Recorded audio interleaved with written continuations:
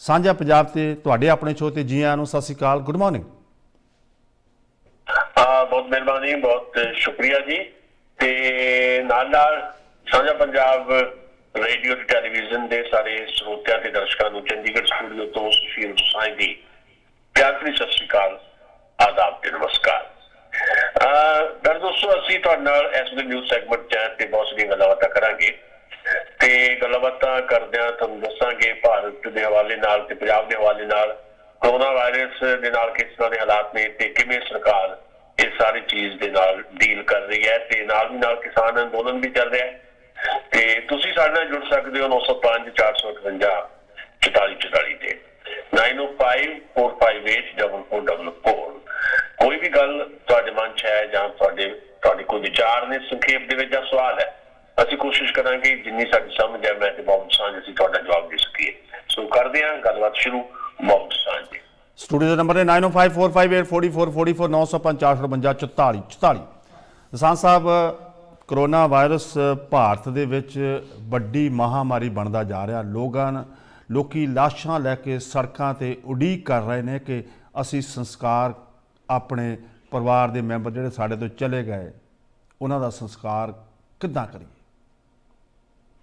बहुत सारे मामले ने ते उहदे च बड़ी डरावनी तस्वीर बन रही है। ਅਸੀਂ ਜਦੋਂ ਵੀ ਗੱਲ ਕਰਦੇ ਹਾਂ ਤੇ ਅਸੀਂ ਰਿਐਲਿਟੀ ਜਿਹੜੀ ਹੈ ਉਹ ਗਰਾਊਂਡ ਰਿਐਲਿਟੀ ਜੋ ਹੈ ਤੁਹਾਡੇ ਨਾਲ ਸਾਂਝੀ ਕਰਦੇ ਹਾਂ ਤੇ ਨਾਲ ਨੁਕਤਾਚੀਨ ਵੀ ਅਸੀਂ ਕਈ ਵਾਰ ਹੁੰਦੇ ਆ ਕਿ ਸਰਕਾਰ ਦੀ ਤਿਆਰੀ ਬਹੁਤੀ ਨਹੀਂ ਸੀ। 5-6 ਮਹੀਨੇ ਸਰਕਾਰ ਨੂੰ ਮਿਲੇ ਸੀ ਵੀ ਜਦੋਂ ਲੱਗਦਾ ਸੀ ਕਿ ਕਰੋਨਾ ਤਾਂ ਗਿਆ, ਭਾਰਤ ਨੇ ਉਹਦਾ ਮੁਕਾਬਲਾ ਕਰ ਲਿਆ ਤੇ ਹੁਣ ਕਿਸੇ ਕਿਸਮ ਦਾ ਖਤਰਾ ਨਹੀਂ ਹੈ। ਉਹ ਜਿਹੜੇ 5-6 ਮਹੀਨੇ ਸੀ ਉਹ ਸਮਾਂ ਸੀ ਜਦੋਂ ਸਾਡੀ ਜਿਹੜੀ ਸਰਕਾਰ ਹੈ ਇਹ ਸਾਰੀਆਂ ਚੀਜ਼ਾਂ ਨੂੰ ਮੈਨੇਜ ਕਰ ਸਕਦੀ ਸੀ, ਆਪਣੇ ਹਸਪੀਟਲ ਜਿਹੜੇ ਆ ਉਹਨਾਂ ਦੀ ਕੈਪੈਸਿਟੀ ਵਧਾ ਸਕਦੀ ਸੀ ਜਾਂ ਆਕਸੀਜਨ ਦਾ ਪ੍ਰਬੰਧ ਕੀਤਾ ਜਾ ਸਕਦਾ। ਲੋੜੀਂਦਾ ਪਤਾ ਸੀ ਵੀ ਆਉਣ ਵਾਲੇ ਸਮੇਂ ਦੇ ਵਿੱਚ ਇਹ ਖਤਰਾ ਫਿਰ ਤੋਂ ਆ ਸਕਦਾ ਹੈ, ਆਕਸੀਜਨ ਦਾ ਪ੍ਰਬੰਧ ਹੋ ਸਕਦਾ ਸੀ। ਵੈਕਸੀਨੇਸ਼ਨ ਦੀ ਜਿਹੜੀ ਪ੍ਰੋਬਲਮ ਹੁਣ ਆਈ ਹੋਈ ਹੈ, ਅਸੀਂ ਬਾਹਰਲੇ ਮੁਲਕਾਂ ਨੂੰ ਬਹੁਤੀ ਸਪਲਾਈ ਕਰ ਦਿੱਤੀ ਤੇ ਖੁਦ ਆਪਣੇ ਕੋਲ ਹੁਣ ਵੈਕਸੀਨੇਸ਼ਨ ਦੀ ਪ੍ਰੋਬਲਮ ਹੈ ਜਾਂ ਆਕਸੀਜਨ ਦੀ ਪ੍ਰੋਬਲਮ ਹੈ। ਸੋ ਇਹ ਸਾਰੀਆਂ ਚੀਜ਼ਾਂ ਨੇ ਅਸੀਂ ਇਸ ਕਰਕੇ ਸਰਕਾਰ ਦੀ ਅਕਸਰ ਨੁਕਤਾਚੀਨੀ ਕਰਦੇ ਹਾਂ। ਪਰ ਅੱਜ ਜਦੋਂ ਮੈਂ ਤੁਹਾਡੇ ਨਾਲ ਗੱਲ ਕਰ ਰਿਹਾ ਤੇ ਬੜਾ ਇੱਕ ਇੰਪੋਰਟੈਂਟ ਕਾਲਮ ਇੱਕ ਬੰਦੇ ਦਾ ਛਪਿਆ ਤੇ ਉਹਨਾਂ ਦਾ ਨਾਂ ਹੈਗਾ ਪਰਕਲਾ ਪ੍ਰਭਾਕਰ। ਤੇ ਪਰਕਲਾ ਪ੍ਰਭਾਕਰ ਜਿਹੜੇ ਆ ਉਹਨਾਂ ਨੇ ਕਿਹਾ ਕੀ ਹੈ, ਬੜੇ ਇੱਕ ਅਰਥ ਸ਼ਾਸਤਰੀ ਨੇ ਉਹਨਾਂ ਨੇ ਕਿਹਾ, ਇਹ 2 ਅੱਖਰਾਂ ਦੇ ਵਿੱਚ ਗੱਲ ਕਰਨੀ ਹੋਵੇ ਵੀ ਲੱਗ ਇਹ ਰਿਹਾ ਹੈ ਕਿ ਜਿਹੜੀ ਭਾਰਤ ਸਰਕਾਰ ਹੈ ਉਹ ਕਿਸੇ ਨੂੰ ਵੀ ਕਿਸੇ ਵੀ ਤਰ੍ਹਾਂ ਪਰੇਸ਼ਾਨ ਕਰਨ ਵਾਲਾ ਜਿਹੜਾ ਕੁਐਸਚਨ ਹੈ ਉਹਦੇ ਜਵਾਬ ਤੋਂ ਬਚਣਾ ਚਾਹੁੰਦੀ ਹੈ। ਕਿ ਕਰੋਨਾ ਵਾਇਰਸ ਨੂੰ ਰੋਕਣ ਲਈ ਭਾਰਤ ਦੇ ਸਾਬਕਾ ਪ੍ਰਧਾਨ ਮੰਤਰੀ ਡਾਕਟਰ ਮਨਮੋਹਨ ਸਿੰਘ ਨੇ ਵੀ ਇੱਕ ਜ਼ਿੰਮੇਵਾਰੀ ਭਰਿਆ ਤੇ ਰਚਨਾਤਮਕ ਸੁਝਾਅ ਦਿੱਤਾ ਸੀ, ਜਿਹਦੇ ਤੇ ਸਾਡੇ ਮਿਨਿਸਟਰ ਨੇ, ਕੇਂਦਰੀ ਮੰਤਰੀ ਨੇ ਅਸਭਿਅਕ ਤਰੀਕੇ ਨਾਲ ਰਿਐਕਟ ਕੀਤਾ ਕਿ ਸਾਰੇ ਮੁੱਦੇ ਨੂੰ ਇੱਕ ਪੋਲਿਟਿਕਸ ਦੇ ਵਿੱਚ ਜਿਹੜਾ ਆ ਲਿਜਾਣ ਦੀ ਕੋਸ਼ਿਸ਼ ਕੀਤੀ, ਯਾਨੀ ਸਿਆਸੀ ਜਾਮਾ ਪਹਿਨਾਉਣ ਦੀ ਕੋਸ਼ਿਸ਼ ਕੀਤੀ। ਇਹ ਇੱਕ ਅਰਥਸ਼ਾਸਤਰੀ ਹੈ ਪਰਕਲਾ ਪ੍ਰਭਾਕਰ। ਮੈਂ ਕਿਉਂ ਇਹਦੀ ਗੱਲ ਦੱਸ ਰਿਹਾ, ਇਸ ਕਰਕੇ ਦੱਸ ਰਿਹਾ ਵੀ ਇਹ ਜਿਹੜਾ ਅਰਥਸ਼ਾਸਤਰੀ ਹੈ ਪਰਕਲਾ ਪ੍ਰਭਾਕਰ, ਜਿਹਨੇ ਅੱਜ ਸਰਕਾਰ ਦੀ ਬੜੀ ਸਖਤ ਨੁਕਤਾਚੀਨੀ ਕੀਤੀ ਹੈ ਕਹਿ ਕੇ ਵੀ ਕਰੋਨਾ ਦੀ ਦੂਜੀ ਲਹਿਰ ਦੇ ਵਿੱਚ ਪੂਰੀ ਤਰ੍ਹਾਂ ਭਾਰਤ ਦੀ ਸਰਕਾਰ ਫੇਲ ਹੋ ਗਈ ਹੈ। ਜਿਹੜੇ ਕਰੋਨਾ ਵਾਇਰਸ ਦੇ ਨਾਲ ਜਿਹੜੇ ਪੀੜਤ ਮਰੀਜ਼ ਹੈ ਜਾਂ ਮੌਤ ਦੇ ਅੰਕੜੇ ਆ ਉਹ ਵੀ ਸਹੀ ਨਹੀਂ ਦੱਸੇ ਜਾ ਰਹੇ ਕਿ ਵੈਕਸੀਨੇਸ਼ਨ ਦੀ ਰਫ਼ਤਾਰ ਵੀ ਬਹੁਤ ਹੋ ਰਹੀ ਹੈ। ਇਹ ਪਰਕਲਾ ਪ੍ਰਭਾਕਰ ਨੇ ਗੱਲਾਂ ਕਹੀਆਂ। ਦੱਸ ਮੈਂ ਤੁਹਾਨੂੰ ਤਾਂ ਰਿਹਾ ਕਿਉਂਕਿ ਇਹ ਪਰਕਲਾ ਪ੍ਰਭਾਕਰ ਭਾਰਤ ਦੀ ਵਿੱਤ ਮੰਤਰੀ ਨਿਰਮਲਾ ਸੀਤਾਰਮਣ ਦੇ ਪਤੀ ਹੈ। ਇਸ ਤੋਂ ਪਤਾ ਲੱਗ ਜਾਂਦਾ ਹੈ ਵੀ ਜੇ ਭਾਰਤ ਦੀ ਫਾਈਨਾਂਸ ਮਿਨਿਸਟਰ ਦੇ ਹਸਬੈਂਡ ਇੱਕ ਅਰਥਸ਼ਾਸਤਰੀ ਹੈ ਜਿਹੜੇ ਉਹ ਆਪਣੀ ਹੀ ਪਤਨੀ ਦੀ ਸਰਕਾਰ ਦੀ ਨੁਕਤਾਚੀਨੀ ਕਰ ਰਹੇ ਆ ਕਰੋਨਾ ਦੇ ਹਵਾਲੇ ਨਾਲ, ਤਾਂ ਪਤਾ ਲੱਗ ਜਾਂਦਾ ਹੈ ਕਿ ਜਿਹੜੀਆਂ ਗੱਲਾਂ ਅਸੀਂ ਕਹਿ ਰਹੇ ਹਾਂ ਉਹ ਗਲਤ ਨਹੀਂ ਹੈ, ਉਹ ਠੀਕ ਹੈ। ਜਿਹੜੀ ਗੱਲ ਅਸੀਂ ਰੋਜ਼ ਕਰਦੇ ਹਾਂ ਕਿ ਸਰਕਾਰ ਬੁਰੀ ਤਰ੍ਹਾਂ ਨਾਕਾਮ ਹੋ ਗਈ ਹੈ ਕਰੋਨਾ ਵਾਇਰਸ ਨਾਲ ਪੈਦਾ ਹੋਈ ਜਿਹੜੀ ਸਥਿਤੀ ਹੈ ਉਹਦੇ ਨਾਲ ਸਿੱਝਣ ਵਾਸਤੇ, ਲੋਕਾਂ ਦੀਆਂ ਜ਼ਿੰਦਗੀਆਂ ਜਾ ਰਹੀਆਂ ਤੇ ਜਿਹੜੇ ਅੰਕੜੇ ਸਹੀ ਨਹੀਂ ਦੱਸੇ ਜਾ ਰਹੇ। ਇੱਕ ਦਿਨ ਚ ਕਿੰਨੇ ਅੰਕੜੇ ਆ ਗਏ, ਕਿੰਨੇ ਕੇਸ ਆ ਗਏ, ਕਿੰਨੀਆਂ ਮੌਤਾਂ ਹੋ ਗਈਆਂ ਤੇ ਇਹ ਸਾਰੀਆਂ ਚੀਜ਼ਾਂ ਜਿਹੜੀਆਂ ਆ ਇਹ ਅਸਲੀਅਤ ਤੋਂ ਕੋਹਾਂ ਦੂਰ ਹੈ। मैं नहीं कह रहा, ये साडी सरकार दे फाइनांस मिनिस्टर जिहड़े हैगे निर्मला सीतारमण उन्हां दे पति कह रहे हैं। फिर ये कह रहे हैं भी जिहड़े कोविड दे हस्पताल है उन्हां हस्पतालों के बाहर एंबूलेंस लगियां आ, वायरस जिहड़े जिन्हां नूं हो गया करोना उन्हां लोगां दीयां कतारां लगियां होईयां, शमशान घाटां ते कब्रस्तानां दे विच किस्म दी वेटिंग दी सिचुएशन है ते एक बैड ते कई मरीज जिहड़े पै रहे आ ते उन्हां दीयां तस्वीरां सोशल मीडिया ते आईयां होईयां। पर साडे सियासी लीडर जिहड़े आ जां जिहड़े धार्मिक लीडर आ उन्हां दे कन्नां ते जूं तक नहीं रेंगदी। सियासी लीडरां लई चोणां जरूरी है, चोणां हो रही है इधर हाले भी 7वें ते 8वें गेड़ की बंगाल च इलैक्शन रहिंदी है। सियासी पार्टियां लई चोणां जरूरी है, वोटां जरूरी है, धार्मिक लीडरां लई अपनी धार्मिक पछाण जरूरी है। इसे करके आ जिहड़ा कुंभ दा मेला लगा 25 लाख लोग उत्थे गए, हुण तक रिपोर्ट यह है भी उहदे चों 90,000 जिहड़े आ कोरोना पॉजिटिव निकले आए। सो पब्लिक हेल्थ जिहड़ी है, लोगों का जीवन जिहड़ा आ वो ना साडे पॉलिटिशियनां लई कोई मायने रखाउंदा, ना धार्मिक लीडरां लई।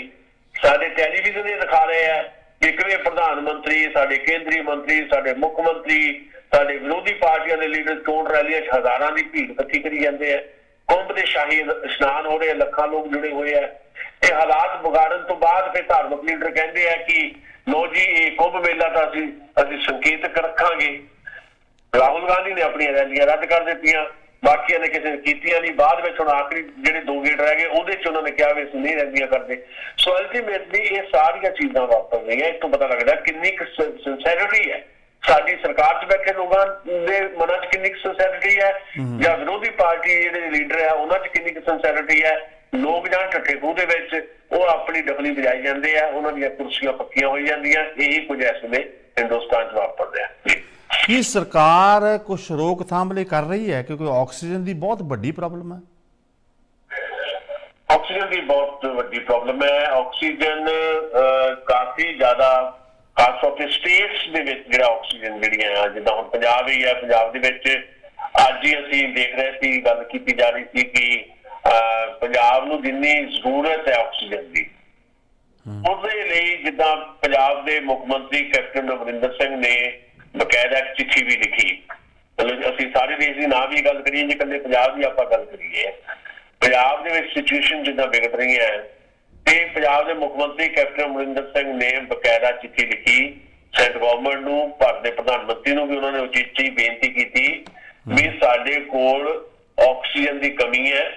इस पासे वाल उन्होंने ध्यान दवाया तो केंद्र सरकार ने पंजाब का ऑक्सीजन का कोटा बढ़ाता, कोटा का ऑक्सीजन का बढ़ाता, पर नाल की कीता पंजाब दे नाल चंडीगढ़ नूं जोड़ता, यानी चंडीगढ़ का कोटा भी पंजाब दे विच पाता।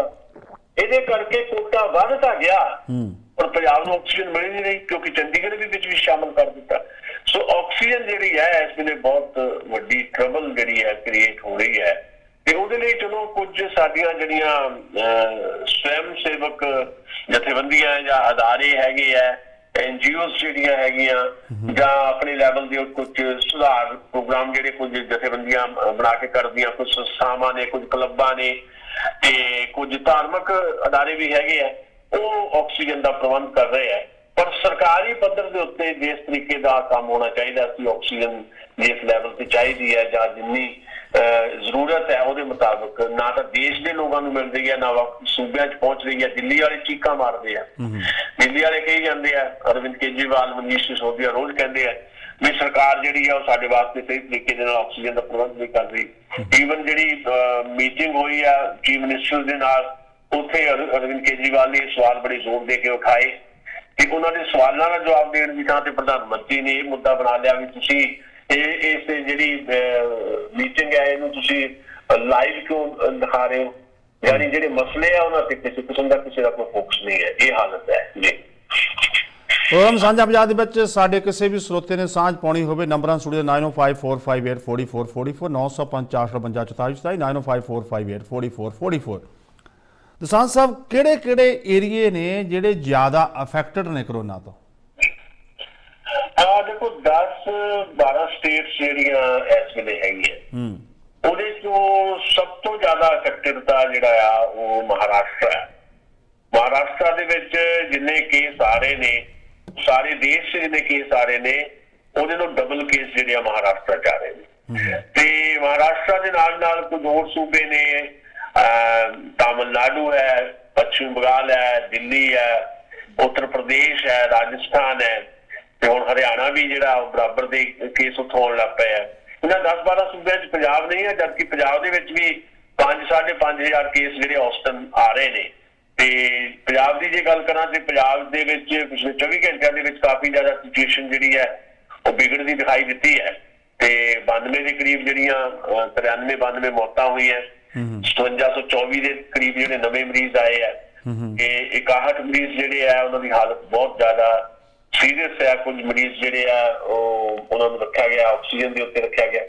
ਸੋ ਅਲਟੀਮੇਟਲੀ ਜਿਹੜੇ ਮਹਾਰਾਸ਼ਟਰ ਤੋਂ ਲੈ ਕੇ ਦਿੱਲੀ ਦੇ, ਮਹਾਰਾਸ਼ਟਰ ਥੋੜਾ ਪਰੇ ਪੈਂਦਾ, ਪਰ ਬਾਕੀ ਜਿਹੜੇ ਸੂਬਿਆਂ ਦਾ ਮੈਂ ਜ਼ਿਕਰ ਕੀਤਾ, ਚਾਹੇ ਉਹ ਦਿੱਲੀ ਹੈ, ਚਾਹੇ ਹਰਿਆਣਾ ਹੈ, ਚਾਹੇ ਪੰਜਾਬ ਹੈ, ਚਾਹੇ ਰਾਜਸਥਾਨ ਹੈ, ਉੱਤਰ ਪ੍ਰਦੇਸ਼ ਹੈ, ਉਹ ਏਰੀਏ ਆ ਜਿਨ੍ਹਾਂ ਨੂੰ ਕੇਂਦਰ ਦੱਸਿਆ ਜਾ ਰਿਹਾ ਹੁਣ ਵੀ ਹੌਟਸਪੌਟ ਬਣ ਰਹੇ ਆ ਕਰੋਨਾ ਦੇ, ਜਿਹੜੇ ਏਰੀਏ ਸਿੱਧੇ ਤੌਰ ਦੇ ਉੱਤੇ ਕਿਸਾਨ ਅੰਦੋਲਨ ਦੇ ਨਾਲ ਪੈਂਦੇ ਨੇ। ਯਾਨੀ ਜਿੱਥੇ ਦਿੱਲੀ ਦੇ 5 ਬਾਰਡਰਾਂ ਦੇ ਉੱਤੇ ਕਿਸਾਨ ਬੈਠੇ ਨੇ, ਉਹਦੇ ਆਲੇ ਦੁਆਲੇ ਦੇ ਜਿਹੜੇ ਸੂਬੇ ਆ ਉੱਥੇ ਕਰੋਨਾ ਦਾ ਬਹੁਤ ਵੱਡਾ ਖੂਹਾ ਖੜਾ ਜਿਹੜਾ ਕਰਨ ਦੀ ਜਿਹੜੀ ਕੋਸ਼ਿਸ਼ ਹੈ ਦਿਖਾਇਆ ਜਾ ਰਿਹਾ।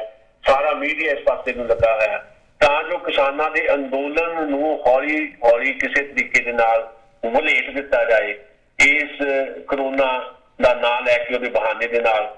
ਜਿਵੇਂ ਸ਼ਾਹੀਨ ਬਾਗ ਦਿੱਲੀ ਦਾ ਜਿਹੜਾ ਆ ਕਰੋਨਾ ਦੇ ਬਹਾਨੇ ਦੇ ਨਾਲ ਉੱਥੋਂ ਦੇ ਤੰਬੂ ਜਿਹੜੇ ਚੁੱਕ ਦਿੱਤੇ ਗਏ ਸੀ, ਏਦਾਂ ਦੀ ਕੋਸ਼ਿਸ਼ ਦਿਖਾਈ ਦੇ ਰਹੀ ਹੈ ਕਿ ਪੋਸੀਬਿਲਿਟੀ ਆਉਣ ਵਾਲੇ ਦਿਨਾਂ 'ਚ ਏਦਾਂ ਦੀ ਹੋ ਸਕਦੀ ਹੈ। ਇਸੇ ਕਰਕੇ ਕਿਸਾਨ ਜਥੇਬੰਦੀਆਂ ਵੀ ਥੋੜੀਆਂ ਚੌਕਸ ਹੋਈਆਂ ਤੇ ਉਹਨਾਂ ਨੇ ਆਪਣੀ ਤਾਦਾਦ ਜਿਹੜੀ ਹੈ ਲਗਾਤਾਰ ਉੱਥੇ ਵਧਾਉਣੀ ਸ਼ੁਰੂ ਕੀਤੀ ਹੋਈ ਹੈ। ਇਸ ਨਾਲ ਹਰ ਪਾਸੇ ਕਰੋਨਾ ਦੀਆਂ ਖਬਰਾਂ ਨੇ, ਜਿਹੜੇ ਕਿ ਚਿੰਤਾ ਦਾ ਵਿਸ਼ਾ ਹੈ। ਪਰ ਦੂਸਰੇ ਪਾਸੇ ਚਿੰਤਾ ਦਾ ਵਿਸ਼ਾ ਇਹ ਹੈ ਕਿ ਕਿਸਾਨ ਅੰਦੋਲਨ ਦੀ ਕਿਤੇ ਵੀ ਕੋਈ ਗੱਲ ਨਹੀਂ ਹੋ ਰਹੀ, ਨਾ ਕੋਈ ਮੀਡੀਆ ਕਰ ਰਿਹਾ, ਨਾ ਕੋਈ ਸਰਕਾਰ ਵੱਲੋਂ ਗੱਲਬਾਤ ਦੀ ਗੱਲ, ਕੋਈ ਗੱਲ ਕਿਸੇ ਪਾਸੇ ਨਹੀਂ ਹੋ ਰਹੀ। ਇਹਦਾ ਕੀ ਕਾਰਨ ਹੈ? ਸਰਕਾਰ ਤਾਂ ਤੁਸੀਂ ਇਹ ਮੰਨ ਕੇ ਚੱਲੋ ਵੀ ਸਰਕਾਰ ਨੇ ਪਿਛਲੇ 24 ਜਨਵਰੀ ਨੂੰ ਲਾਸਟ ਜਿਹੜੀ ਗੱਲਬਾਤ ਕੀਤੀ, ਡਾਇਲੋਗ ਕੀਤਾ, ਬਾਅਦ 26 ਜਨਵਰੀ ਦਾ ਕਾਂਡ ਹੋ ਗਿਆ। ਉਸ ਤੋਂ ਬਾਅਦ ਸਰਕਾਰ ਨੇ ਕੋਈ ਗੱਲਬਾਤ ਡਾਇਲੋਗ ਨਹੀਂ ਚਲਾਇਆ। ਸਰਕਾਰ ਨੇ ਬਾਰ-ਬਾਰ ਇਹ ਗੱਲ ਤਾਂ ਕਹੀ ਵੀ ਹਾਂ ਅਸੀਂ ਗੱਲ ਕਰਨੀ ਚਾਹੁੰਦੇ ਹਾਂ, ਇਹ ਗੱਲ ਵੀ ਕਹੀ ਅਸੀਂ ਤਾਂ ਜੀ ਇੱਕ ਫੋਨ ਕਾਲ ਦੀ ਦੂਰੀ ਤੇ ਹੈ, ਪਰ ਕਦੀ ਕਿਸਾਨ ਜਥੇਬੰਦੀਆਂ ਦੀ ਲੀਡਰਸ਼ਿਪ ਨੂੰ ਮੁੜ ਕੇ ਡਾਇਲੋਗ ਲਈ ਬੁਲਾਇਆ ਨਹੀਂ। ਉਹ ਖਾਸ ਤੌਰ ਦੇ ਉੱਤੇ ਸਰਕਾਰ ਦੀ ਮਨਸ਼ਾ ਪ੍ਰਗਟ ਕਰਦਾ ਹੈ ਇਹ ਸਾਰਾ ਵਤੀਰਾ। ਸਰਕਾਰ ਜਾਣਬੁੱਝ ਕੇ ਇਸ ਅੰਦੋਲਨ ਨੂੰ ਇਸੇ ਤਰ੍ਹਾਂ ਛੱਡ ਕੇ ਵੀ ਠੀਕ ਹੈ ਇਹ ਲੰਮਾ ਚੱਲੇ, ਕੋਈ ਗੱਲ ਨਹੀਂ ਚੱਲੀ ਹੈ, ਸਾਨੂੰ ਕੀ ਫਰਕ ਪੈਂਦਾ, ਇਹ ਬੈਠੇ ਰਹਿਣ, ਇਹ ਅੱਕ ਕੇ ਥੱਕ ਕੇ ਚਲੇ ਜਾਣਗੇ, ਇੱਕ ਕਣਕ ਦਾ ਸੀਜ਼ਨ ਆਊਗਾ ਉਦੋਂ ਚਲੇ ਜਾਣਗੇ, ਇਹ ਅੰਦੋਲਨ ਆਪੇ ਖਤਮ ਹੋ ਜਾਊਗਾ ਤੇ ਇਹਨਾਂ ਨੂੰ ਕਿਸੇ ਪਾਸੋਂ ਮਦਦ ਕੋਈ ਨਹੀਂ ਮਿਲਣੀ। ਪਰ ਸਰਕਾਰ ਦਾ ਇਹ ਜਿਹੜਾ ਇੱਕ ਕਿਸਮ ਦਾ ਉਹਦੀ ਯੋਜਨਾ ਸੀ ਉਹ ਜਾਂ ਭਰਮ ਕਹਿ ਲਓ, ਉਹ ਬਿਲਕੁਲ ਖਤਮ ਹੋ ਗਿਆ। ਹੁਣ ਜਦੋਂ ਇੱਕ ਵਾਰ ਫੇਰ ਕਿਸਾਨਾਂ ਦੇ ਜਿਹੜੇ ਉਹ ਏਰੀਏ ਆ ਜਿੱਥੇ ਖਾਸ ਤੌਰ ਤੇ ਧਰਨੇ ਲੱਗੇ 5 ਥਾਵਾਂ ਦੇ ਉੱਤੇ, ਉਹਦੇ ਚ ਭਰਪੂਰ ਹਾਜ਼ਰੀਆਂ ਜਿਹੜੀਆਂ ਕਿਸਾਨਾਂ ਦੀਆਂ ਦਿਖਾਈ ਦੇ ਰਹੀਆਂ। ਪਰ ਸਰਕਾਰ ਫਿਰ ਵੀ ਹਾਲੇ ਢੀਠਤਾਈ ਤੇ ਹੈ ਤੇ ਸਰਕਾਰ ਨਹੀਂ ਗੱਲ ਕਰੇਗੀ ਹਾਲੇ 2 ਮਈ ਤੱਕ, ਜੋ ਮੈਨੂੰ ਲੱਗਦਾ ਹੈ 2 ਮਈ ਤੱਕ ਸਰਕਾਰ ਦੀ ਕੋਸ਼ਿਸ਼ ਰਹੇਗੀ ਵੀ ਕਿਸੇ ਤਰੀਕੇ ਦੇ ਨਾਲ ਕਰੋਨਾ ਦਾ ਇੱਕ ਦਬਾਅ ਜਿਹਾ ਬਣਾ ਕੇ ਕਿਸਾਨਾਂ ਦੇ ਉੱਤੇ ਇੱਕ ਪ੍ਰੈਸ਼ਰ ਬਿਲਡ ਕੀਤਾ ਜਾਏ। ਪਰ ਕਿਸਾਨ ਉਹਦੇ ਲਈ ਤਿਆਰ ਨਹੀਂ। ਪਰ ਕਿਸਾਨਾਂ ਦੇ ਅੰਦਰ, ਜਥੇਬੰਦੀਆਂ ਦੇ ਅੰਦਰ ਕੁਝ ਲੋਕ ਨੇ, ਕੁਝ ਏਦਾਂ ਦੇ ਲੋਕ ਬੈਠੇ ਨੇ ਜਿਹੜੇ ਹੈ ਤਾਂ ਆਪਣੇ ਆਪ ਨੂੰ ਕਹਿੰਦੇ ਅਸੀਂ ਜਥੇਬੰਦੀਆਂ ਵਾਲੇ ਆ, ਪਰ ਉਹ ਕਿਤੇ ਨਾ ਕਿਤੇ ਸਿੱਧੇ ਜਾਂ ਅਸਿੱਧੇ ਉਹਨਾਂ ਦਾ ਜਿਹੜਾ ਕੰਮ ਕਰਨ ਦਾ ਤਰੀਕਾ ਉਹ ਸਰਕਾਰ ਨੂੰ ਪੇ ਕਰਦਾ ਦਿਖਾਈ ਦੇ ਰਿਹਾ। ਸ਼ਾਇਦ ਇਹ ਅੰਦੋਲਨ ਚ ਫੁੱਟ ਪਾਉਣ ਦੀ ਵੀ ਇੱਕ ਕੋਸ਼ਿਸ਼ ਦੇ ਤੌਰ ਤੇ ਤੁਸੀਂ ਦੇਖ ਸਕਦੇ ਆ। ਮਿਸਾਲ ਦੇ ਤੌਰ ਤੇ ਮੈਂ ਤੁਹਾਨੂੰ ਦੱਸਦਾ ਵੀ 32 ਦੇ ਵਿੱਚੋਂ 29 ਕਿਸਾਨ ਜਥੇਬੰਦੀਆਂ ਸੰਯੁਕਤ ਕਿਸਾਨ ਮੋਰਚੇ ਦੀਆਂ, ਉਹ ਇਸ ਗੱਲ ਤੇ ਸਟੈਂਡ ਕਰ ਗਈਆਂ ਵੀ ਜਦੋਂ ਤੱਕ ਇਹ ਸ਼ੋਰ ਨਹੀਂ ਹੋ ਜਾਂਦਾ ਵੀ 26 ਜਨਵਰੀ ਵਾਲਾ ਦਾ ਮਾਹੌਲ ਨਾ ਬਣ ਜਾਏ ਕਿਤੇ ਜਿਹੜਾ ਅਸੀਂ ਪਾਰਲੀਮੈਂਟ ਵੱਲ ਮਾਰਚ ਕਰ ਲਓ, ਉਦੋਂ ਤੱਕ ਅਸੀਂ ਨਾ ਤਾਂ ਪਾਰਲੀਮੈਂਟ ਮਾਰਚ ਅਸੀਂ ਰੱਦ ਕਰਦੇ ਹਾਂ ਪਰ ਉਹਨੂੰ ਪੋਸਟਪੋਨ ਕਰਦੇ ਹਾਂ, ਉਹਦੀ ਤਰੀਕ ਨਹੀਂ ਕੋਈ ਰੱਖਦੇ। ਜਦੋਂ ਸਾਨੂੰ ਸ਼ੋਰ ਹੋ ਜਾਊਗਾ ਵੀ ਏਦਾਂ ਦਾ ਮਾਹੌਲ ਨਹੀਂ ਬਣੇਗਾ, ਮੁੜ ਕੇ ਉਹ ਕਟਾਈਆਂ ਨਹੀਂ ਹੋਣਗੀਆਂ, ਮੁੜ ਕੇ ਇਸੇ ਤਰ੍ਹਾਂ ਜਿਹੜਾ ਮਾਹੌਲ ਬਣਿਆ ਸੀ ਅੰਦੋਲਨ ਦੇ ਖਿਲਾਫ ਅੰਦੋਲਨ ਨਹੀਂ ਬਣੇਗਾ, ਫਿਰ ਅਸੀਂ ਪਾਰਲੀਮੈਂਟ ਵੱਲ ਮਾਰਚ ਕਰਾਂਗੇ। ਪਰ 29 ਕਿਸਾਨ ਜਥੇਬੰਦੀਆਂ ਤੋਂ ਇਲਾਵਾ ਜਿਹੜੀਆਂ ਜਥੇਬੰਦੀਆਂ 3 ਹੈਗੀਆਂ, ਉਹ ਛੋਟੀਆਂ ਜਥੇਬੰਦੀਆਂ ਜਾਂ ਕੁਝ ਨੌਜਵਾਨਾਂ ਦੇ ਨਾਂ ਤੇ ਜਿਹੜੀ ਪੋਲਿਟਿਕਸ ਹੋ ਰਹੀ ਹੈ, ਉਹ ਜੋਰ ਲਾ ਰਹੀ ਸਾਨੂੰ ਤਰੀਕ ਦੱਸੋ ਜੀ, ਸਾਨੂੰ ਤਰੀਕ ਦੱਸੋ ਕਦੋਂ ਪਾਰਲੀਮੈਂਟ ਵਿੱਚ ਮਾਰਚ ਕਰਨਾ ਜੀ। ਉਹ ਜੋਰ ਲਾ ਕੇ ਏਦਾਂ ਪੇਸ਼ ਕਰਦੇ ਆ ਵੀ ਨਹੀਂ ਅੱਜ ਹੀ ਆਪਾਂ ਪਾਰਲੀਮੈਂਟ ਨੂੰ ਘੇਰਨਾ ਹੈ। ਉਹ ਇਹ ਸਾਰੀਆਂ ਚੀਜ਼ਾਂ ਸਮਝਣ ਵਾਲੀ ਹੈ। ਇਹਦਾ ਮਤਲਬ ਹੈ ਕਿਸਾਨ ਅੰਦੋਲਨ ਦੇ ਅੰਦਰ ਫੁੱਟ ਪਾਉਣ ਦੀ ਕਿਤੇ ਨਾ ਕਿਤੋਂ ਕੋਸ਼ਿਸ਼ ਹੋ ਰਹੀ ਹੈ। ਦੂਜੀ ਗੱਲ ਇਹ ਹੈ ਕਿ ਕਿਸਾਨ ਅੰਦੋਲਨ ਦੀਆਂ ਖਬਰਾਂ ਦਾ ਮਸਲਾ, ਖਬਰਾਂ ਇਸ ਕਰਕੇ ਨਹੀਂ ਕਿਉਂਕਿ ਮੀਡੀਆ ਜਿਹੜਾ ਆ ਸੋਕਾਰ ਜਿਹੜਾ ਮੀਡੀਆ ਜਿਹਨੂੰ ਅਸੀਂ ਗੋਦੀ ਮੀਡੀਆ ਵੀ ਕਹਿੰਦੇ ਆ, ਉਹ ਸਰਕਾਰ ਦੇ ਹੱਥਾਂ 'ਚ ਖੇਡਦਾ ਹੈ ਤੇ ਸਰਕਾਰ ਦੀ ਮਰਜ਼ੀ ਦੇ ਨਾਲ ਜੇ ਕਿਤੇ ਉਹ ਰਿਪੋਰਟ ਕਰਦਾ ਹੈ ਕਿਸਾਨ ਅੰਦੋਲਨ ਦੀ ਤਾਂ ਉਹ ਨੈਗੇਟਿਵ ਰਿਪੋਰਟ ਕਰਦਾ ਹੈ, ਅੰਦੋਲਨ ਦੇ ਖਿਲਾਫ ਰਿਪੋਰਟ ਕਰਦਾ, ਨਹੀਂ ਤਾਂ ਇਗਨੋਰ ਕਰਦਾ। ਤੇ ਜਿਹੜਾ ਸਾਡਾ ਪੰਜਾਬੀ ਮੀਡੀਆ ਡਿਵੈਲਪ ਹੋਇਆ ਸੀ ਉਹਨਾਂ ਦਿਨਾਂ ਦੇ ਵਿੱਚ ਉਹਦੇ ਚੋਂ 2 ਚੈਨਲ ਤਾਂ ਜਿਹੜੇ ਆ ਉਹ ਸਿੱਧੇ ਤੌਰ ਤੇ ਗੋਦੀ ਮੀਡੀਆ ਵਾਂਗ ਹੀ ਬਿਹੇਵ ਕਰ ਰਹੇ ਆ। ਬਾਕੀ ਬਹੁਤੇ ਚੈਨਲ ਜਿਹੜੇ ਆ ਉਹਨਾਂ ਦਾ ਕੋਈ ਬਹੁਤ ਕਹਿ ਲਓ ਪ੍ਰਬੰਧ ਐਡੇ ਨਹੀਂ ਉਹਨਾਂ ਕੋਲ ਵੀ ਲਗਾਤਾਰਤਾ ਦੇ ਨਾਲ ਉਹ ਸਾਰੇ ਅੰਦੋਲਨ ਨੂੰ ਜਿਹੜਾ ਉਸ ਤਰੀਕੇ ਦੇ ਨਾਲ ਕਵਰ ਅਪ ਕਰ ਸਕਣ। ਹਾਂ, ਕਿਸਾਨ ਮੋਰਚੇ ਨੇ ਆਪਣੀ ਬਕਾਇਦਾ ਪੇਜ ਬਣਾਇਆ ਹੋਇਆ, ਕਿਸਾਨ ਮੋਰਚੇ ਦੇ ਨਾਂ ਦੇ ਉੱਤੇ ਇੱਕ ਆਪਣੀ ਮੀਡੀਆ ਟੀਮ ਬਣਾਈ ਹੋਈ ਹੈ। ਉਹ ਜਿੰਨਾ ਹੋ ਸਕਦਾ ਹੈ ਉਹ ਲੋਕਾਂ ਤੱਕ ਸਹੀ ਤਰੀਕੇ ਨਾਲ ਗੱਲ ਪਹੁੰਚਾ ਰਹੇ ਹੈ ਜੀ। ਕਿਸਾਨ ਸਾਹਿਬ, ਚੰਗੀ ਖਬਰ ਇਹ ਹੈ ਕਿ ਪਾਕਿਸਤਾਨ ਨੇ ਇੰਡੀਆ ਨੂੰ ਕਿਹਾ ਕਿ ਤੁਹਾਨੂੰ ਕਿਸੇ ਤਰ੍ਹਾਂ ਦੀ ਕੋਈ ਵੀ ਮਦਦ ਚਾਹੀਦੀ ਹੈ, ਤੁਹਾਨੂੰ ਵੈਂਟੀਲੇਟਰ ਚਾਹੀਦੇ ਨੇ, ਤੁਹਾਨੂੰ ਆਕਸੀਜਨ ਚਾਹੀਦੀ ਹੈ, ਤੁਹਾਨੂੰ ਕੁਝ ਵੀ ਚਾਹੀਦਾ ਕਰੋਨਾ ਦੇ ਨਾਲ ਲੜਨ ਵਾਸਤੇ, ਅਸੀਂ ਤੁਹਾਡੇ ਨਾਲ ਖੜੇ ਹਾਂ। ਬਹੁਤ ਚੰਗੀ ਗੱਲ ਹੈ। ਇੱਕ ਚੰਗਾ ਗੁਆਂਢੀ ਹੋਣ ਦਾ ਪ੍ਰਮਾਣ ਜਿਹੜਾ ਪਾਕਿਸਤਾਨ ਨੇ ਦਿੱਤਾ। ਭਾਵੇਂ ਕਈ ਵਾਰ ਜਿਹੜੀ ਪੋਲਿਟਿਕਸ ਹੈ ਉਹ ਦੋਵਾਂ ਮੁਲਕਾਂ ਦੇ ਵਿਚਾਲੇ ਇੱਕ ਤਣਾਅ ਪੈਦਾ ਕਰਦੀ ਹੈ, ਪਰ ਕਿਸੇ ਵੀ ਮੁਲਕ ਦਾ ਜਿਹੜਾ ਗੁਆਂਢੀ ਮੁਲਕ ਦਾ ਸੰਕਟ ਆਪਣਾ ਸੰਕਟ ਸਮਝ ਲੈਣਾ, ਇਹਨੂੰ ਸੌਖੇ ਸ਼ਬਦਾਂ 'ਚ ਕਹਿਣਾ ਹੋਵੇ ਤਾਂ ਆਪਣੇ ਗੁਆਂਢੀ ਦਾ ਸੰਕਟ ਜਿਹੜਾ ਹੈ ਉਹਦੇ 'ਚ ਤੁਸੀਂ ਇਨਵੋਲਵ ਹੋ ਕੇ ਉਸ ਸੰਕਟ ਦੇ ਵਿੱਚ ਉਹਦੀ ਹੈਲਪ ਕਰਨੀ, ਇਸ ਤੋਂ ਵਧੀਆ ਗੁਆਂਢੀ ਨਹੀਂ ਕੋਈ ਹੋ ਸਕਦਾ। ਪਰ ਮਸਲਾ ਇਹ ਹੈ ਕਿ ਖੁਦ ਪਾਕਿਸਤਾਨ ਵਾਸਤੇ ਦਿੱਕਤ ਆਉਣ ਵਾਲੀ। ਅੱਜ ਇਮਰਾਨ ਖਾਨ ਸਾਹਿਬ ਦਾ ਮੈਂ ਭਾਸ਼ਣ ਸੁਣ ਰਿਹਾ ਸੀ, ਉਹਨਾਂ ਨੇ ਹਿੰਦੁਸਤਾਨ ਦੇ ਹਵਾਲੇ ਨਾਲ ਕਈ ਗੱਲਾਂ ਕੀਤੀਆਂ ਤੇ ਨਾਲ ਇਹ ਵੀ ਖਦਸ਼ਾ ਪ੍ਰਗਟ ਕੀਤਾ ਹੈ ਵੀ ਜੇ ਅਸੀਂ ਇਹਤਿਆਤ ਨਹੀਂ ਰੱਖੀ ਤਾਂ ਕੱਲ ਨੂੰ ਸਾਡੇ ਹਾਲਾਤ ਵੀ ਹਿੰਦੁਸਤਾਨ ਵਰਗੇ ਹੋ ਸਕਦੇ ਆ, ਵੱਧ ਤੋਂ ਬਦਤਰ। ਪਰ ਉਹਦੇ ਬਾਵਜੂਦ ਪਾਕਿਸਤਾਨ ਵੱਲੋਂ ਇੱਕ ਬਹੁਤ ਭਰਪੂਰ ਹੁੰਗਾਰਾ ਜਿਹੜਾ ਭੇਜਿਆ ਗਿਆ, ਉਹਦੇ ਲਈ ਇੱਕ ਭਾਰਤੀ ਹੋਣ ਦੇ ਨਾਤੇ ਤੇ ਮੈਂ ਬਹੁਤ ਉਹਨਾਂ ਦਾ ਸ਼ੁਕਰਗੁਜ਼ਾਰ ਵੀ ਹਾਂ। ਤੇ ਬਾਕੀ ਇਹ ਵੀ ਹੈ ਕਿ ਸਾਡੀ ਹਾਲਤ ਜੀ ਇੱਥੇ ਤੱਕ ਆ ਗਈ ਹੈ ਕਿ ਪਾਕਿਸਤਾਨ ਸਾਡੇ ਲਈ ਹੈਲਪ ਲਈ ਖੜਾ, ਬਹੁਤ ਚੰਗੀ ਗੱਲ ਹੈ। ਪਰ ਕੀ ਭਾਰਤ ਵਰਗਾ ਮੁਲਕ, ਜਿਹੜਾ ਭਾਰਤ ਆਪਣੇ ਆਪ ਨੂੰ ਕਹਿੰਦਾ, ਜਾਂ ਜਿਹਦੀ ਭਾਰਤ ਦੀ ਸਰਕਾਰ ਦੇ ਜਿਹੜੇ ਲੋਕ ਬੈਠੇ ਆ ਕਹਿੰਦੇ ਅਸੀਂ ਦੁਨੀਆ ਦੀ ਸਭ ਤੋਂ ਵੱਡੀ ਤਾਕਤ ਬਣ ਜਾ ਰਹੇ ਹਾਂ, ਹੋਰ 2-4 ਸਾਲਾਂ 'ਚ ਅਸੀਂ ਮਹਾਸ਼ਕਤੀ ਬਣ ਜਾਣਾ, ਵੀ ਅਸੀਂ ਆਪਣੇ ਲਈ ਆਕਸੀਜਨ ਨਹੀਂ ਪੂਰੀ ਕਰ ਸਕਦੇ, ਅਸੀਂ ਆਪਣੇ ਲਈ ਵੈਂਟੀਲੇਟਰ ਨਹੀਂ ਸਾਡੇ ਕੋਲ ਆਪਣੇ ਲਈ ਹਸਪੀਟਲ ਇੰਨੇ ਨਹੀਂ ਹੈ, ਅਸੀਂ ਕੰਮ ਹੀ ਨਹੀਂ ਕੀਤਾ। ਜਿੱਦਾਂ ਹੁਣੇ ਮੈਂ ਗੱਲ ਕਰਕੇ ਹਟਿਆ, ਭਾਰਤ ਦੀ ਫਾਈਨਾਂਸ ਮਿਨਿਸਟਰ ਦੇ ਪਤੀ ਪਰਕਲਾ ਪ੍ਰਭਾਕਰ ਨੇ ਜਿਹੜੀਆਂ ਗੱਲਾਂ ਕਹੀਆਂ ਸਰਕਾਰ ਨੂੰ ਕਟਹਿਰੇ 'ਚ ਖੜਾ ਕੀਤਾ, ਤੇ ਇਹਦਾ ਮਤਲਬ ਕੀ ਹੈ ਕਿ ਅਸੀਂ ਸਿਰਫ ਦਾਅਵੇ ਕਰਦੇ ਹਾਂ, ਰਿਐਲਿਟੀ ਇਹ ਹੈ ਕਿ ਸਾਡੇ ਪੱਲੇ ਕੱਖ ਨਹੀਂ ਹੈਗਾ। ਇਹਦੇ ਲਈ ਸਾਡੀ ਸਰਕਾਰ ਨੂੰ ਜਵਾਬਦੇਹ ਹੋਣਾ ਪਏਗਾ। ਇਸ ਵੇਲੇ ਹੈਲਥ ਐਮਰਜੈਂਸੀ ਵਰਗੀ ਸਿਚੁਏਸ਼ਨ ਜਿਹੜੀ ਬਣ ਰਹੀ ਹੈ ਤੇ ਬਹੁਤ ਔਖੇ ਹਾਲਤਾਂ ਦੇ ਵਿੱਚੋਂ ਗੁਜ਼ਰ ਰਹੇ ਆ ਤੇ ਸਰਕਾਰ ਦੀ ਕੋਈ ਤਿਆਰੀ ਨਹੀਂ, ਪੋਲੀਟੀਕਲ ਸਿਸਟਮ ਦੀ ਕੋਈ ਵੀ ਅਕਾਊਂਟੇਬਿਲਿਟੀ ਨਹੀਂ ਹੈ, ਕੋਈ ਜਵਾਬਦੇਹੀ ਨਹੀਂ ਹੈ। ਸੋ ਇਸ ਕਰਕੇ ਸਿਚੁਏਸ਼ਨਸ ਜਿਹੜੀਆਂ ਉਹਦੇ 'ਚ ਅਸੀਂ ਬਹੁਤੀ ਨੁਕਤਾਚੀਨੀ ਵੀ ਨਹੀਂ ਕਰਨੀ ਚਾਹੁੰਦੇ, ਪਰ ਉਹਦੇ ਬਾਵਜੂਦ ਵੀ ਜੋ ਰਿਐਲਿਟੀਜ਼ ਹੈਗੀਆਂ ਉਹ ਦੇਖਦਿਆਂ ਦਿਲ ਜਿਹੜਾ ਆ ਉਹ ਕਈ ਵਾਰੀ ਦੁਖੀ ਵੀ ਹੁੰਦਾ ਵੀ ਅਸੀਂ ਕਿਹਨਾਂ ਲੋਕਾਂ ਨੂੰ ਹਕੂਮਤ ਦਿੱਤੀ ਹੋਈ ਹੈ ਜਿਹੜੇ ਲੋਕਾਂ ਦੇ ਨਾਂ ਦੇ ਉੱਤੇ ਪੋਲਿਟਿਕਸ ਤਾਂ ਕਰਦੇ ਆ ਪਰ ਲੋਕਾਂ ਦੀ ਬਾਂਹ ਫੜਨ ਦੀ ਰਾਜਨੀਤੀ ਇਹਨਾਂ ਦੇ ਕੋਲ ਨਹੀਂ ਹੈ ਜੀ। ਕਿਸਾਨ ਸਾਹਿਬ, ਬਗਦਾਦ ਇਰਾਕ ਤੋਂ ਮਾੜੀ ਖਬਰ ਆ ਰਹੀ ਹੈ ਕਿ ਇੱਕ ਹਸਪੀਟਲ ਜਿਸ ਦੇ ਵਿੱਚ ਕਰੋਨਾ ਵਾਇਰਸ ਦੇ ਬਹੁਤ ਸਾਰੇ ਮਰੀਜ਼ ਦਾਖਲ ਸਨ, ਉਸ ਹਸਪੀਟਲ ਨੂੰ ਅੱਗ ਲੱਗ ਗਈ।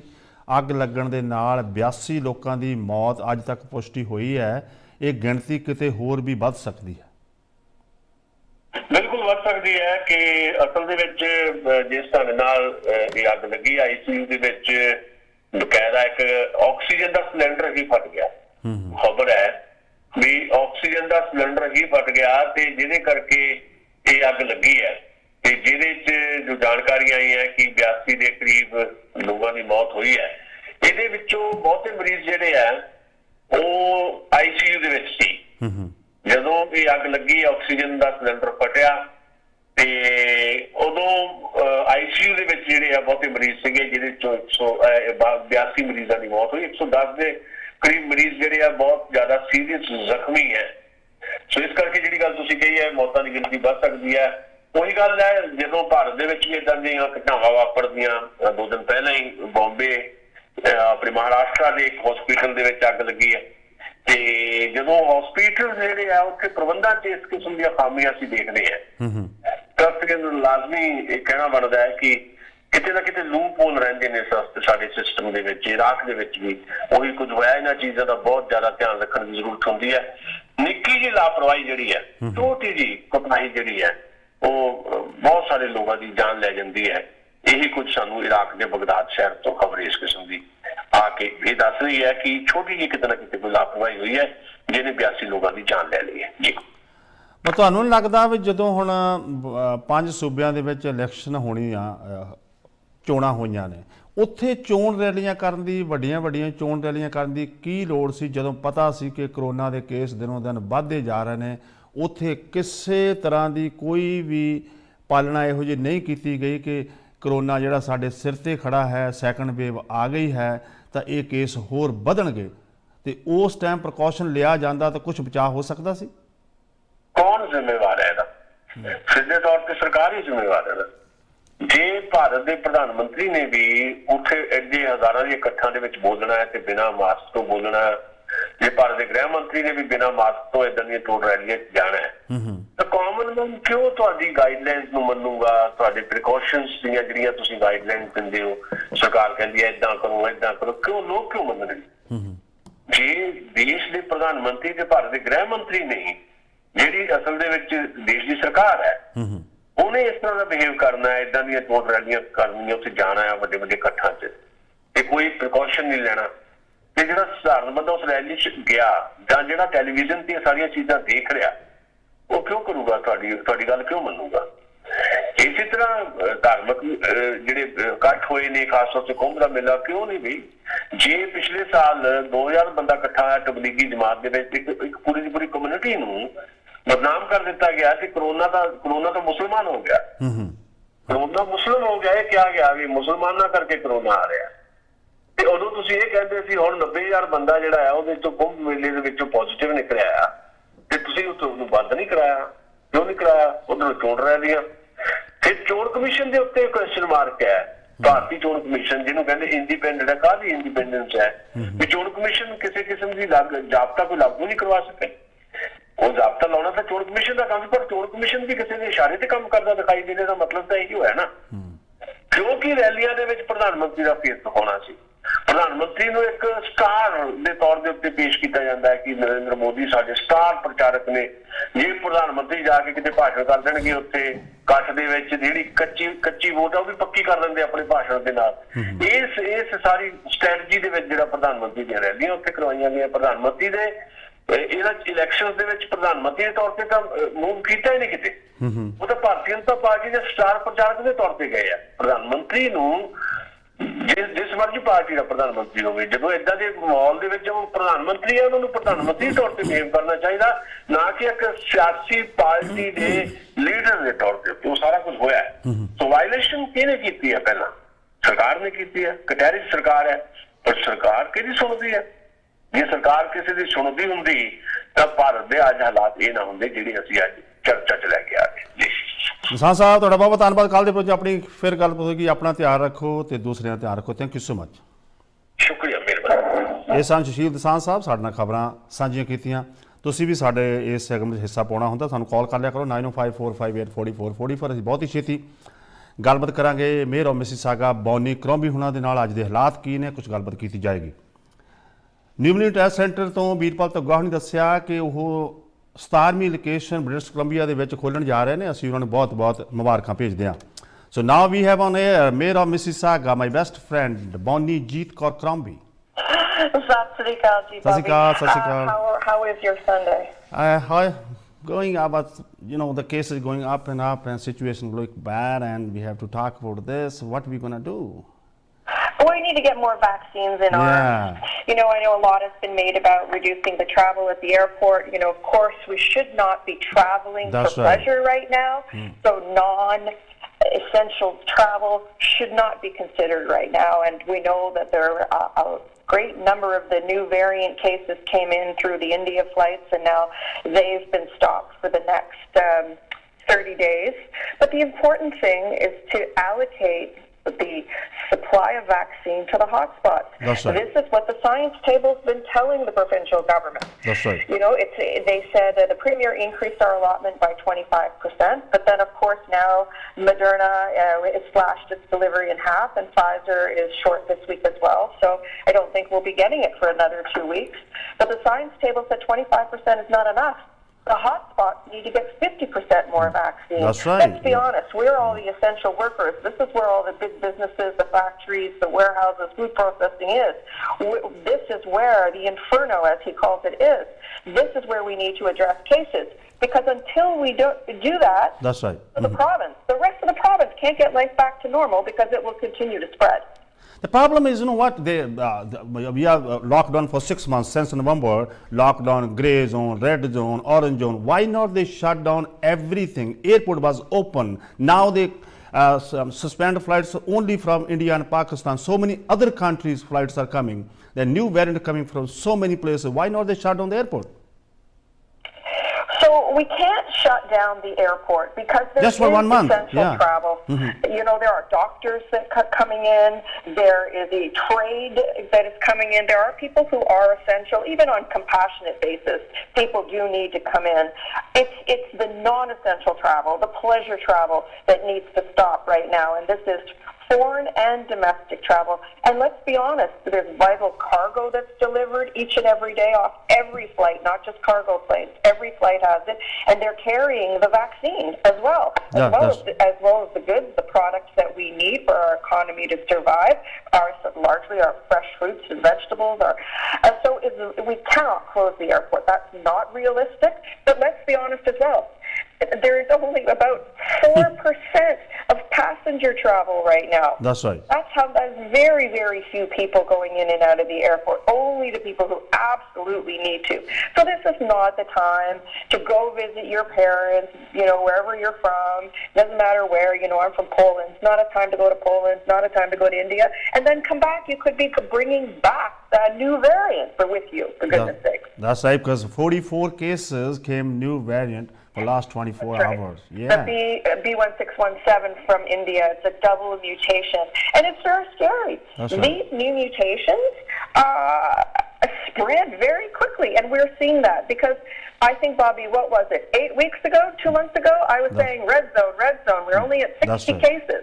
That's right. 8 weeks later, look at this. Mississauga, 901 cases in Peel today. Yep. We have 354 cases per 100,000 in Peel. Mississauga, 275. Brampton, 467 cases per 100,000. You know how scary that is? 22%. That's right. 22%. Mississauga is still okay. I think 2% of all the cases, and yet we still get the provincial average of vaccines. Yeah. How is this ever going to stop the spread? We've been asking the provincial government, you need to increase the allotment, not just to Peel, but to the hotspots where people are transmitting the virus. This is what's important. Toronto, Brampton, Mississauga, where people are living and working, large congregate settings, large places of employment, and now it's good. Dr. Lowe, he said we're going to transfer some of the vaccine that we have to go out to those big employers. Those big employers like Amazon, like Maple Leaf Farms, like Maple Lodge, like these big employers where food processing plants and Amazon plant, this is where the transmission is. So this is a good sign. We have 2 pop-up clinics coming next week, which is very good news. But if we had more vaccine, we could do more and more and more of this. The problem is that we don't. The still problem is people still gathering. That's the big issue too. People don't stop that. Yes, you can see it. And you know, I will say that some of these high numbers are because of the Easter holiday, Christian holiday, 3 weeks ago, or 2 weeks ago, because this weekend is the Eastern Orthodox Easter, and again, people will gather, and we will see in 10 days to 2 weeks more spikes. People have to just stop. And then it's the workplace settings too, because you and I both know that when you go to work, you're a little bit more comfortable with the people you work with, and you're there all day, so you get more relaxed about the masks, following the guidelines, washing your hands, keeping your distance, this is the problem. You become relaxed with the people you work with and the people you live with or your extended family. Many people go to grocery because we talked about last week too. People go to grocery. Why not one person from family go for grocery? 3, 4, One 5. person, Yeah. please, one person. And you know, it used to be that the grocery was a fairly safe place to go because you were only passing people in the aisles. Right, you only pass them in the aisles, you briefly pass them, was not a high risk of transmission. That was before. Now these new variants, they are so transmissible, you could get it in the aisle of the grocery store. You could. That's right. We're not masking and they're not masking. Mayor, thank you so much. Just request to the people have to make appointments and vaccinate yourself, and then gonna be And cases your gonna become number down. is called, please go. No questions asked, just go. The best vaccine is the next available vaccine. Go. Thank you so much. Thank you so much. All the best to you, Bobby. Dziękuję bardzo.